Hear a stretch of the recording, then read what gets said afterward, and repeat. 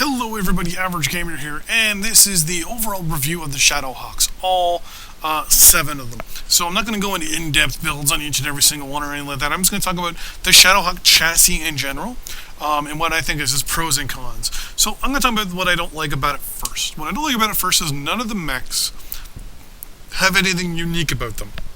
What I mean is, you don't have one that's mostly, or say what most of them have at least about 7 hard points on them, right? None of them are like, 3, 5 ballistic, and that's it. There's no boating on any of these mechs really. So there's nothing that's all energy or all ballistic or all missile, or even a little bit of missile, a little bit of energy, or just a little bit of ballistic and a lot of energy. All of them have a little bit of one and a little bit of the other, and then not much of the third. So they all have one of each one. So they're not really that unique, right? They all have the high-mounted ballistic slot, except for obviously the 2K, which has 3 energy and 3 missile. So it's got 1 energy in either arm and 1 in the top left torso. I think the 2K, to be honest with you, is the most useless of them all. But yeah, some people might argue it's something else. But overall, I think the Shadowhawk is good to a point. It's got the jumping capability, so you kind of trade off a lot of stuff with jumping, which I like. But I don't like the fact that it's you're gonna go ballistic or energy and. You have to mix in other missiles or ballistics depending on which one you want. You can't really boat out really. The closest one that I can think of is the Grey Death here.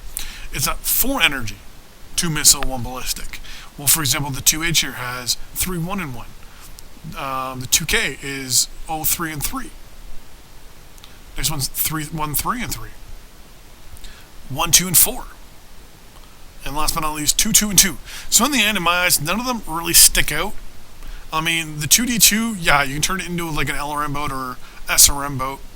The Grey Death, you can make it that little bit of a laser boaty like I did. But other than that, there's no ballistic boats. There's nothing that makes one specific one stick out more than any other, really.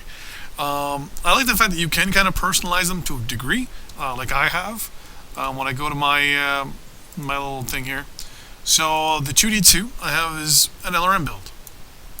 The 2H is all brawler with the 2 AC5s and 1 large pulse. Or sorry, long range sniper. Sorry, with the 2 AC5s and the large pulse, and then my brawler here, which is the ghost which is the Grey Death, which is 4 medium pulse and an ultra 5. Now you can make the 2D2 into a brawler with 4 SRM4s instead of 4 SRM5 or LRM5s. Yeah, but as I said, none of them really, other than the 2D2 and the Grey Death, in my eyes, have anything unique about them. Right? The Grey Death obviously being the fucking hero. You can put on 1 more energy than everybody else. Yeah, that, to be honest with you.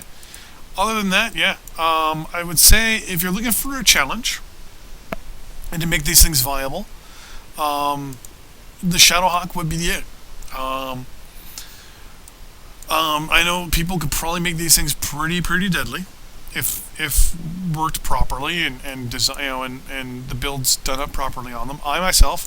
I don't even have the the patience nor the expertise to even think about it.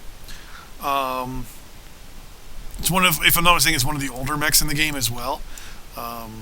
So I mean, it's got seven variants on the damn thing, which I think is one of the most. You got the Hunchback, the Shadowhawk, the Trebuchet, the Cataphat, Battlemaster, Atlas, Highlander, Stalker, and the Locust. All are like that. So overall, though, I like to say it's a challenge mech. If you are a rookie and not the greatest at skill like I am, Shadowhawk is not the mech to get.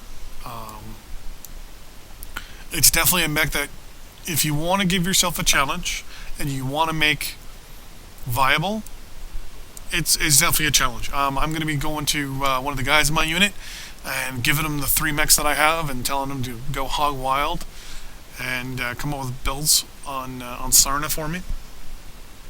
But other than that, I can't think of much stuff other than using the quirks and slowly working on it. But like I say, for a rookie or someone who's not that skilled like myself, Shadowhawks are hard to use. And they're hard to get a proper build on. And they're hard to make different, right? They're unique. They also make them feel different. But on the positive side, if you do look for a challenge, if you do want something that's not easy to come by, something that's going to take a lot of work, something that's going to take a lot of tweaking and modifying and testing, all that stuff, Shadowhawks your man. So there you go. Buyer beware on this one. Thanks for watching. See you guys next time on the battlefield. Bye-bye.